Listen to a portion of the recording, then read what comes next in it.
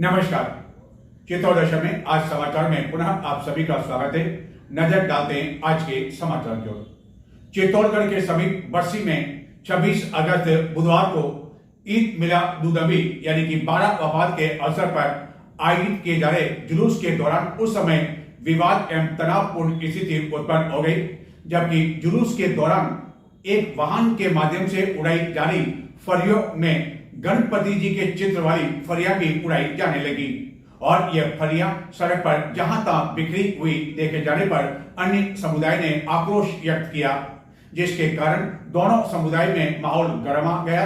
जिसके बाद पुलिस एवं प्रशासनिक अधिकारी मौके पर पहुंचे। एडिशनल एसपी जोधा सिंह ने तत्काल दोनों पक्षों से बातचीत की और उनके सक्रियता के कारण कुछ देर बाद माहौल शांत हो गया, लेकिन इस दौरान काफी देर तक जुलूस रुका रहा एवं एक अन्य समुदाय द्वारा राम धुन के साथ ही अन्य कई भजन सड़क के बीच में बजाए जाते रहे एवं इस दौरान बरसी में अधिकांश दुकानें बंद हो गई, लेकिन बाद में माहौल शांत हो गया, जिसके कारण सभी ने राहत की सांस ली। चित्तौड़गढ़ जिले में एवं चित्तौड़गढ़ के समीप स्थित बस्सी में बुधवार को ईद मिलादुन्नबी के अवसर पर उस समय तनावपूर्ण स्थिति उत्पन्न हो गई, जबकि जुलूस के दौरान एक विशेष समुदाय द्वारा एक वाहन में एक विशेष यंत्र के माध्यम से स्वागत एवं खुशी के कारण फरियां उड़ाई जा रही थी। लेकिन इन फरियों में भगवान गणपति के चित्र वाली फरियां भी जब उड़ाई जाने लगी तो अन्य समुदाय ने इस पर नाराजगी जाहिर करने के साथ ही आक्रोश व्यक्त किया। घटना की जानकारी पुलिस को मिलने पर पुलिस के प्रशासनिक अधिकारी मौके पर पहुंचे एवं दोनों पक्षों में तनावपूर्ण स्थिति के बीच जुलूस भी रुकवा दिया गया। इस बीच चित्तौड़गढ़ जिला मुख्यालय से भी अतिरिक्त पुलिस जाब्ता बस्सी के लिए रवाना किया गया। एएसपी गजेंद्र सिंह जोधा ने तत्काल दोनों पक्षों से बातचीत कर विवाद को बाद में सुलझा दिया एवं इस दौरान बस्सी में अधिकांश दुकानें देखते ही देखते बंद हो गई, जबकि एक समुदाय के लोगों ने रास्ते में ही भजन आदि गाना शुरू कर दिया और काफ़ी देर तक गतिरोध की स्थिति बनी रही। लेकिन बाद में साय होते होते दोनों पक्षों से बातचीत कर मामला सुलझा दिया गया और पुलिस के अनुसार इस संबंध में यदि किसी के द्वारा जानबूझकर माहौल को बिगाड़ने की कोशिश की गई तो उसके खिलाफ कार्रवाई की जाएगी।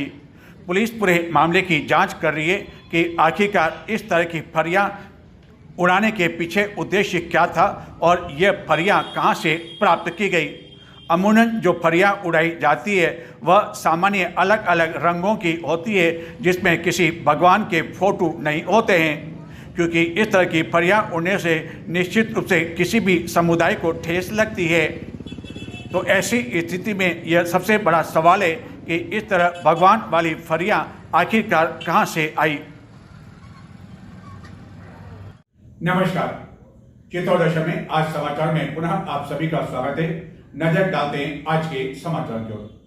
चित्तौड़गढ़ के समीप बरसी में 26 अगस्त बुधवार को ईद मिलादुन्नबी यानी कि 12 वफात के अवसर पर आयोजित किए जा रहे जुलूस के दौरान उस समय विवाद एवं तनावपूर्ण स्थिति उत्पन्न हो गई, जबकि जुलूस के दौरान एक वाहन के माध्यम से उड़ाई जा रही फरियों में गणपति जी के चित्र वाली फरिया भी उड़ाई जाने लगी और यह फरिया सड़क पर जहां तहां बिखरी हुई देखे जाने पर अन्य समुदाय ने आक्रोश व्यक्त किया, जिसके कारण दोनों समुदाय में माहौल गरमा गया। जिसके बाद पुलिस एवं प्रशासनिक अधिकारी मौके पर पहुंचे। एडिशनल एसपी जोधा सिंह ने तत्काल दोनों पक्षों से बातचीत की और उनके सक्रियता के कारण कुछ देर बाद माहौल शांत हो गया, लेकिन इस दौरान काफी देर तक जुलूस रुका रहा एवं एक अन्य समुदाय द्वारा राम धुन के साथ ही अन्य कई भजन सड़क के बीच में बजाए जाते रहे एवं इस दौरान बस्सी में अधिकांश दुकानें बंद हो गई, लेकिन बाद में माहौल शांत हो गया, जिसके कारण सभी ने राहत की सांस ली। चित्तौड़गढ़ में बुधवार को मुस्लिम समुदाय की ओर से पैगंबर हजरत मोहम्मद का जन्मदिन जश्न ईद मिलादुन्नबी के रूप में मनाया गया। बैंड बाजों एवं ढोल नगाड़ों की थाप के साथ ही डीजे के बीच विशाल जुलूस निकाला गया। जगह जगह जलसे के साथ ही कुरान की तिलावत हुई, हमद व नात शरीफ पेश की गई एवं हज़रत मोहम्मद के आदर्शों का स्मरण किया गया। यह दिन विशेष रूप से पैगंबर मोहम्मद के जन्म का प्रतीक है, जिन्हें अल्लाह का आखिरी दूत भी माना जाता है। इससे पूर्व मंगलवार रात्रि को मीरा मंच पर तकरीर व नात ख्वानी का आयोजन किया गया। बुधवार को मीरा मंच से विशाल जुलूस निकाला गया। इस जुलूस में बड़ी संख्या में मुस्लिम समुदाय के लोगों ने भाग लिया। जुलूस नगर के विभिन्न मार्गों से गुजरता हुआ पुनः मीरा मंच पहुंच संपन्न हुआ। जुलूस में अलग अलग बग्घी पर मस्जिदों के मौलाना आदि सवार थे। मस्जिदों के तमाम इमाम आदि का कई लोगों ने गुलपोशी, दस्तारबंदी एवं खुशबू इत्र से इस्तकबाल कर खुशियों का इजहार किया। जुलूस में मुकामी शहरी पार्टियां हजरत मोहम्मद की शान में नातिया कलाम पढ़ते हुए चल रही थी। जुलूस के स्वागत में दरगाह के बाहर पावटा चौक, सुभाष चौक एवं अन्य कई स्थानों पर शरबत पान आदि की व्यवस्था की गई, जबकि जुलूस में शामिल कई वाहनों से भी बीच मार्ग में मौजूद मुस्लिम समुदाय के लोगों को पानी के पाउच के साथ ही अन्य अल्पार दिए जा रहे थे। जुलूस के गोल प्याऊ पहुंचने से काफ़ी समय पूर्व ही मुस्लिम समाज के लोगों ने यहां अपना स्थान सुरक्षित कर लिया था, जिनमें कई महिलाएं भी शामिल थीं, जबकि गांधी चौक से सदर बाजार तक बड़ी संख्या में समाज के लोग मौजूद थे।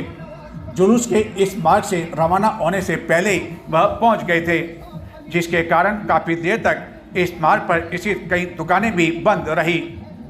जुलूस के आगे ही आगे अश्व चल रहे थे। चित्तौड़गढ़ नगर के चंदेरिया एवं आसपास के ग्रामीण क्षेत्रों से जुलूस के गोल प्याऊ पहुंचने तक मीरा मंच से रवाना होने वाला जुलूस काफ़ी देर तक गोल प्याऊ पर रुका रहा। नगर के अन्य क्षेत्रों से जुलूस पहुंचने के बाद एक साथ यह जुलूस गोल प्याऊ से रवाना हो सका। जश्न ईद मिलादुन्नबी को लेकर घरों से लेकर मस्जिदों तक, दरगाहों से लेकर खानकाहों तक मंगलवार पूरी रात जश्न चलता रहा। मीरा मंच में महफिल तकरीर के कार्यक्रम में कई जनों ने पैगंबर मोहम्मद की जीवनी पर तकरीर पेश की, जो देर रात तक चली। यह जुलूस जब नगर के मुख्य मार्गों से गुजरता हुआ अंतिम पड़ाव में ढूंचा बाजार के समीप पहुंचा, तो वहां कुछ देर के लिए दोनों समुदायों के बीच विवाद होने के साथ ही नारेबाजी होने की जानकारी मिलने पर तत्काल पुलिस अधिकारी मौके पर पहुंचे। एक पक्ष ने जुलूस के दौरान कागज की फरियां उड़ाने पर आपत्ति व्यक्त की। इस दौरान क्षेत्र की दुकानें भी बंद हो गई। एएसपी गजेंद्र सिंह जोधा ने दोनों पक्षों से बातचीत कर विवाद को सुलझा दिया, जिसके बाद जुलूस आगे की ओर बढ़ गया। मामला सुलझ जाने पर सभी ने राहत की सांस ली। इस जुलूस में गत वर्ष के मुकाबले इस वर्ष काफ़ी अधिक लोगों की भीड़ थी। कई बच्चे इस दौरान आकर्षक परिधान यहाँ पहुँचे, जो कि जुलूस में सभी के लिए आकर्षण का केंद्र भी बने रहे।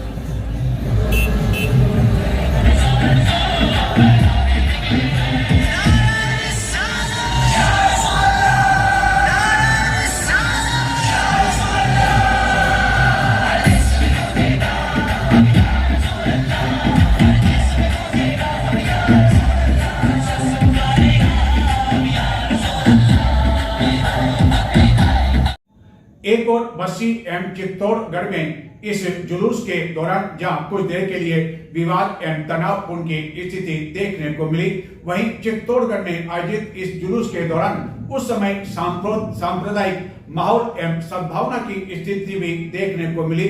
जबकि यह जुलूस जिस मार्ग से होकर गुजरा था और चित्तौड़गढ़ के मुख्य बाजार सदर बाजार में जब यह जुलूस प्रवेश कर गया तो उसी दौरान इस मार्ग से एक अंतिम यात्रा आ रही थी, जिसके कारण मुस्लिम समुदाय के लोगों ने इस जुलूस में शामिल डीजे आदि को तत्काल न केवल बंद करवा दिया बल्कि इस अंतिम यात्रा में लोगों को निकलने के लिए रास्ता भी दिया और बाद में यह अंतिम यात्रा यहां से इस मार्ग से गुजरती हुई मोक्ष धाम पहुंची।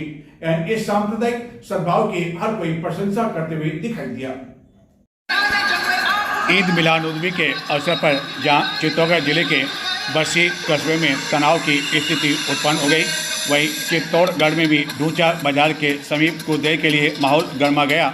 वहीं जिला मुख्यालय चित्तौड़गढ़ में इस जुलूस के दौरान उस समय सांप्रदायिक सौहार्द एवं सद्भाव की स्थिति देखने को मिली, जबकि चित्तौड़गढ़ के मुख्य बाजार सदर बाजार से अंतिम यात्रा चित्तौड़गढ़ शहर में मोक्ष धाम की ओर आ रही थी और इसी मार्ग से 12 वफात का जुलूस सदर बाजार के अंदर प्रवेश कर गया था, जिसके बारे में जब मुस्लिम समुदाय के लोगों की नज़र पड़ी तो उन्होंने तत्काल इस दौरान बजाए जा रहे डीजे आदि रुकवा दिए। बाद में इस अंतिम यात्रा के लिए रास्ता भी दिया गया। इस अंतिम यात्रा को बाद में खटीक मोहल्ला से होते हुए मोक्ष धाम के लिए रवाना कर दिया गया। भारतीय जनता युवा मोर्चा के प्रदेशाध्यक्ष शंकर गौरा ने कहा कि राजस्थान में महाविद्यालय में चुनाव का मामला न्यायालय में विचाराधीन है। इस कारण सरकार इस पूरे मामले में किसी तरह का कोई हस्तक्षेप नहीं कर सकती है। वहीं उन्होंने कॉकरोच पार्टी को अधिक महत्व नहीं देते हुए कहा कि इनका कोई जनाधार नहीं है। चित्तौड़गढ़ में बुधवार सायं भरत बाग में युवा संवाद कार्यक्रम के पश्चात उन्होंने पत्रकारों से बातचीत करते हुए यह बात कही। इस कार्यक्रम में बड़ी संख्या में युवा मौजूद थे। इस कार्यक्रम को प्रदेशाध्यक्ष के साथ ही चित्तौड़गढ़ के विधायक चंद्रभान सिंह आर्या एवं अन्य कई वक्ताओं ने संबोधित किया। भारतीय जनता युवा मोर्चा के प्रदेशाध्यक्ष शंकर गौरा के बुधवार को चित्तौड़गढ़ पहुंचे पर कार्यकर्ताओं द्वारा गर्म जोशी से उनका स्वागत किया गया। इस अवसर पर सायं भरत बाग में बड़ी संख्या में मौजूद युवाओं के साथ उन्होंने संवाद किया। इस कार्यक्रम के दौरान न केवल चित्तौड़गढ़ बल्कि आसपास स्थानों से भी बड़ी संख्या में युवा मौजूद थे। प्रदेशाध्यक्ष का मंच पर स्वागत करने के लिए भी होड़ मच गई। युवा संवाद कार्यक्रम को प्रदेशाध्यक्ष के साथ ही चित्तौड़गढ़ के विधायक चंद्रभान सिंह आर्या, जिलाध्यक्ष समेत अन्य कई वक्ताओं ने संबोधित किया। इस दौरान मुख्य रूप से आगामी निकाय चुनाव में युवाओं की भूमिका विषय मुख्य रूप से फोकस रहा। शहर की सरकार बनाने के लिए युवाओं से बढ़ चढ़ कर भाग लेने का भी इस दौरान आह्वान किया गया। प्रदेशाध्यक्ष ने कार्यक्रम समाप्त होने के बाद पत्रकारों से बातचीत करते हुए महाविद्यालय में इस वर्ष भी चुनाव नहीं होने एवं अन्य कई मुद्दों को लेकर बातचीत की। आज चित्तौड़गढ़ के भारतीय जनता युवा मोर्चा ने एक कार्यक्रम रखा था। इसमें युवाओं के द्वारा संवाद भी किया गया और आने वाले समय में हमारा पूरा भारतीय जनता युवा मोर्चा और भारतीय जनता पार्टी पूर्ण रूप से आश्वस्त है कि आने वाले समय में पूरे चित्तौड़गढ़ जिले सहित राजस्थान भर में नगर निकायों में भारतीय जनता पार्टी की सरकार, भारतीय जनता पार्टी का बोर्ड बनेगा। बात की जाए छात्र चुनाव का मामला पहले तो कांग्रेस सरकार ने बंद किया, गहलोत साहब ने बंद किया। उसके बाद में भारतीय जनता पार्टी की सरकार बनने के बाद में सरकार ने विश्वविद्यालयों से प्रस्ताव मंगाया। प्रस्ताव जब मंगाया तो उसमें अधिकांश विषयों ने ये कहा कि इस समय सेमेस्टर परीक्षाएं चालू हो गई है, इसलिए छात्र संघ चुनाव कराना संभव नहीं है। और चूंकि अब कोर्ट में मामला पेंडिंग है, कुछ विद्यार्थी कोर्ट में गए और कोर्ट में उसकी लगातार सुनवाई चल रही है, तो सरकार इस पर किसी भी प्रकार का कोई फैसला नहीं ले सकती। तो जब भी कोर्ट का कोई निर्णय आएगा, सरकार सकारात्मक रूप से छात्र संघ चुनाव का निर्णय लेगी। 20 जुलाई के जेएनजी का जो माहौल है, आज हम देखते हैं कि जब नेपाल में हिंसा हुई थी तो कांग्रेस पार्टी के युवराज राहुल गांधी ने कहा था कि देश की जेएनजी को खड़ा होने की आवश्यकता है, देश की जेएनजी भारत में आंदोलन खड़ा करे। उसके बाद में बिहार में चुनाव हुआ, उसके बाद में बंगाल में चुनाव हुआ, असम में चुनाव हुआ। चुनाव के परिणामों को देख के पूरे देश को लगता है कि भारत का जेएनजी देश के प्रधानमंत्री आदरणीय नरेंद्र मोदी जी के विश्वास के साथ खड़ा है। कुछ प्रोपोगंडा समय समय पर हमने पहले भी देखा, अलग अलग आंदोलनों के माध्यम से, चाहे वो शाहीन बाग का आंदोलन हो, चाहे किसानों की आड़ लेकर आंदोलन किया गया हो, चाहे युवाओं की आड़ लेकर जो आंदोलन किए गए हैं, समय समय पर विपक्षी दल ऐसा काम करने का प्रयास करते हैं। लेकिन अगर सबसे ज़्यादा किसी ने सुधार किया है तो राजस्थान की सरकार ने सुधार किया है। राजस्थान की सरकार ने 550 से ज़्यादा पेपर लीक के माफिया को जेल में भेजने का काम किया। अभी तक 410 परीक्षाएं हुई, एक भी पेपर राजस्थान में लीक नहीं हुआ। और देश के प्रधानमंत्री जी ने फास्ट ट्रैक कोर्टों का गठन किया। फास्ट ट्रैक कोर्ट के गठन के साथ साथ स्पेशल टास्क फोर्स बनाई और भविष्य में कोई भी माफिया इस प्रकार की हिमाकत भी नहीं करे कि युवाओं के भविष्य को खराब किया जाए। उसको लेकर कड़े कानून बनाने का काम अगर किसी ने किया तो देश के प्रधानमंत्री जी ने किया। और देश के प्रधानमंत्री जी को भारत का युवा उनको बहुत ज़्यादा चाहता है, उनसे बहुत ज़्यादा प्रेम करता है। हम देखते हैं कि जब हमारा कोई खिलाड़ी जीत कर आता है तो देश के प्रधानमंत्री जी उनसे संवाद करते हैं, उनसे चर्चा करते हैं। जब कोई खिलाड़ी हार जाता है तो उसका ढांढस बजाने का काम देश के प्रधानमंत्री जी करते हैं। लगातार परीक्षाओं पे चर्चा, जो जेएनजीएच के बच्चे हैं उनसे कौन चर्चा करता है, वो चर्चा करने का काम देश के प्रधानमंत्री जी करते हैं। उनकी मन की बात सुनने का काम देश के प्रधानमंत्री जी करते हैं। तो मैं आप सबको बताना चाहूँगा कि आने वाले समय में युवा फिर से राजस्थान में भी सरकार बनाएगी, नगर निकाय में भी सरकार बनाएगी और देश में भी वापस से देश के प्रधानमंत्री नरेंद्र मोदी जी को। आज के युवा समय कि हमारे यहाँ शक्ति प्रदर्शन नहीं होता, क्योंकि हमारे यहाँ कार्यकर्ता का निर्माण होता है। हमारे यहाँ विचारधारा का काम हम सब लोग करते हैं। शक्ति प्रदर्शन देखना है तो कांग्रेस में देखिए, हर नेता के साथ अलग ग्रुप है, हर नेता के साथ अलग आइडियोलॉजी के लोग हैं, हर नेता के साथ में अलग प्रकार का शक्ति प्रदर्शन है। और आप देखिए, युवाओं में तो हो सकता है शक्ति प्रदर्शन कोई कर ले, पर कांग्रेस में तो जो बड़े नेता है, अशोक गहलोत जी, सचिन पायलट जी, डोटासरा जी, जूली जी, वो सब अपने आप को डेली शक्ति प्रदर्शन कर रहे हैं, डेली अपनी बात करते हैं। और आप देखिए कि बड़बोलापन भी इतना ज़्यादा होता जा रहा है। कल गोविंद सिंह डोटासरा ने, जो हमारे आराध्य देव है वीर तेजाजी महाराज, जिन्होंने उस समय गायों की रक्षा और सिर्फ अपने वचन को निभाने के लिए अपना सर्वोच्च न्योछावर कर दिया, अपने वचन के लिए अपने प्राणों की आहुति दी। और राजस्थान में सब लोग वीर तेजाजी को मानते हैं, उनका अपमान भी करने का काम गोविंद सिंह डोटासरा ने किया है। मैं मांग करता हूं कि गोविंद सिंह डोटासरा जी को अपने शब्दों पर खेद प्रकट करना चाहिए, माफी मांगनी चाहिए। Thank you sir. 28 अगस्त को भाई बहन का पवित्र पर्व रक्षाबंधन पूरे हर्षोल्लासपूर्वक मनाया जाएगा, जिसको लेकर बाजार पूरी तरह से सज चुका है। न केवल राखियों को लेकर काउंटर सज चुके, बल्कि मिष्ठान विक्रेताओं ने भी इसको लेकर तैयारियां की है। जहां तहां नारियल के ढेर भी दिखाई दे रहे, बहनों द्वारा खरीदारी की जाने लगी है, जिसके कारण चित्तौड़गढ़ में बुधवार को जहां तहां काफी अधिक लोगों की भीड़ देखने को मिली। बहनें इस उपलक्ष्य में 2 दिन रोडवेज बसों में निःशुल्क सफर भी कर सकेंगी। इसी तरह का उत्साह जिले भर में देखने को मिल रहा है। रक्षाबंधन से एक दिन पहले 27 अगस्त को भी चित्तौड़गढ़ के बाजार में काफी अधिक भीड़ उमड़ने की संभावना है। इस वर्ष चित्तौड़गढ़ के बाजार में पहली बार नई तरह की राखियां बिकने के लिए आई है। खास तौर पर कई राखियां बच्चों को काफी अधिक लुभा रही है। सावन पूर्णिमा पर 28 अगस्त को मनाए जाने वाले भाई बहन के पवित्र पर्व रक्षाबंधन को लेकर नगर में बुधवार को खरीदारी जोरों पर रही। नगर की पारंपरिक दुकानों के साथ साथ नगर के विभिन्न प्रमुख बाजारों, व्यस्त मार्ग एवं मुख्य चौराहों पर नारियल, सूखा, गोला, पेठा, पूजन सामग्री के अस्थायी ठेले व दुकानें पूरी तरह से सज चुकी है।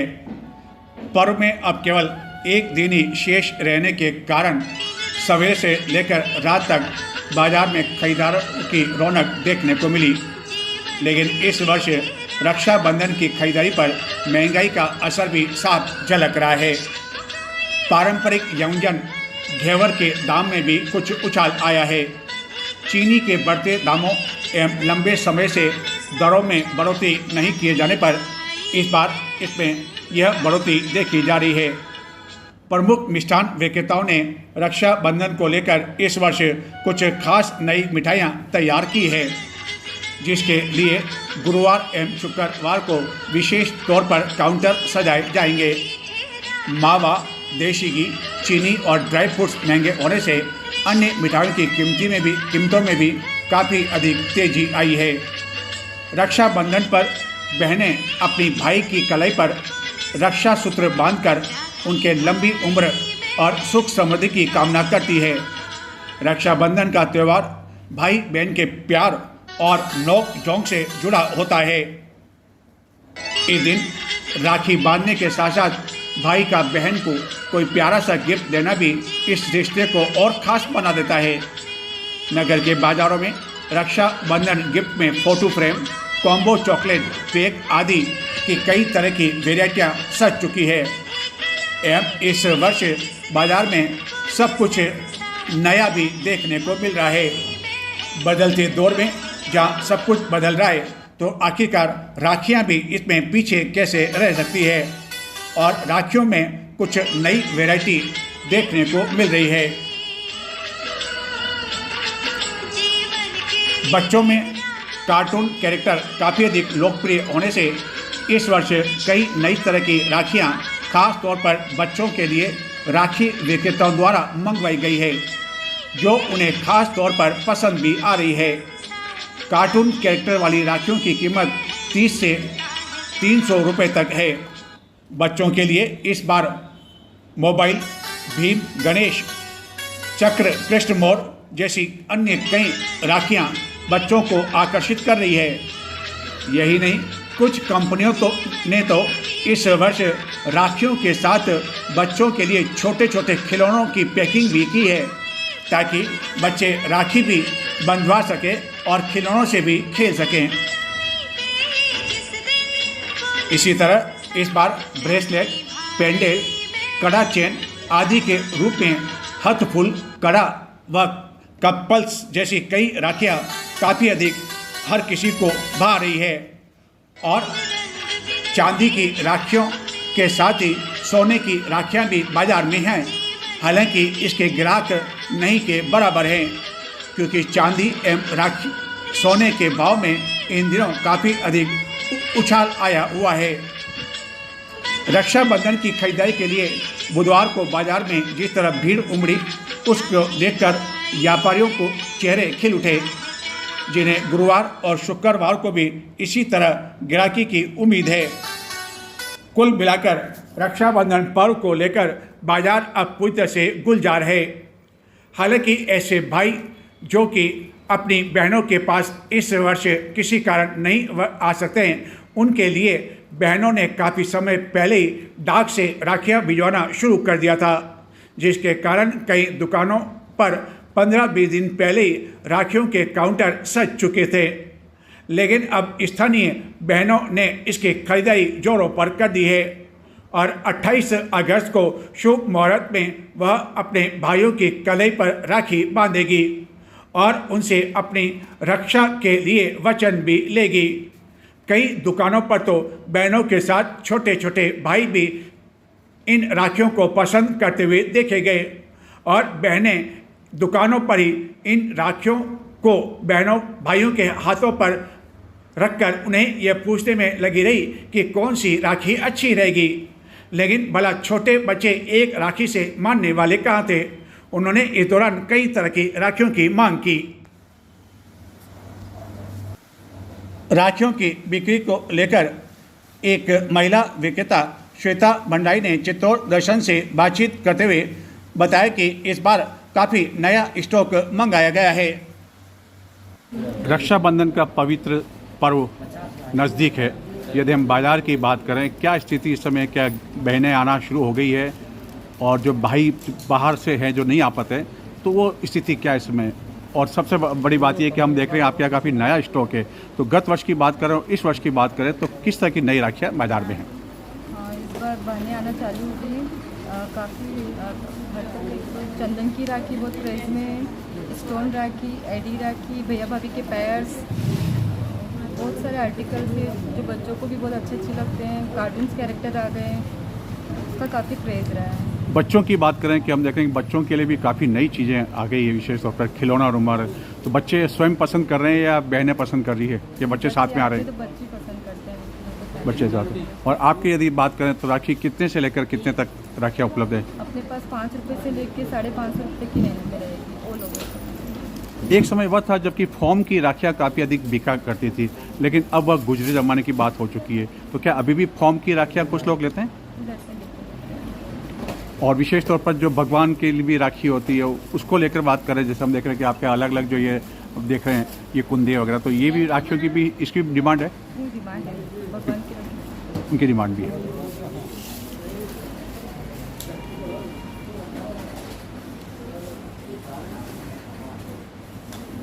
तो ये थे आज के समाचार। आगामी निकाय चुनाव को लेकर 27 अगस्त से नामांकन पर्चा दाखिल करने का सिलसिला आरंभ हो जाएगा। हालांकि कहने को तो 31 अगस्त पर्चा दाखिल करने की अंतिम तारीख है, लेकिन 28 अगस्त को रक्षाबंधन के दिन नामांकन पर्चे दाखिल नहीं किए जा सकेंगे। वहीं 30 अगस्त को रविवार का भी दिन है, इस दिन भी पर्चे दाखिल नहीं किए जा सकेंगे, यानी कि केवल 3 दिन तक ही पर्चे दाखिल किए जा सकेंगे। और दोनों ही प्रमुख राजनीतिक दलों ने अभी तक प्रत्याशियों की जो सूची है वह जारी नहीं की है। माना जा रहा है कि 27 अगस्त के बाद ही दोनों प्रत्याशियों की अंतिम सूची जारी हो सकती है। लेकिन जिन प्रत्याशियों को लग रहा है कि उनके नाम पर लगभग मोहर लग जाएगी, ऐसे कुछ प्रत्याशियों ने अलग अलग स्थानों पर अपने चुनाव कार्यालय भी न केवल खोल दिए हैं बल्कि जोर शोर से चुनाव प्रचार भी आरंभ कर दिया है। अब देखना यह कि उनके नाम पर अंतिम रूप से मोहर लग भी पाती है या नहीं। नमस्कार।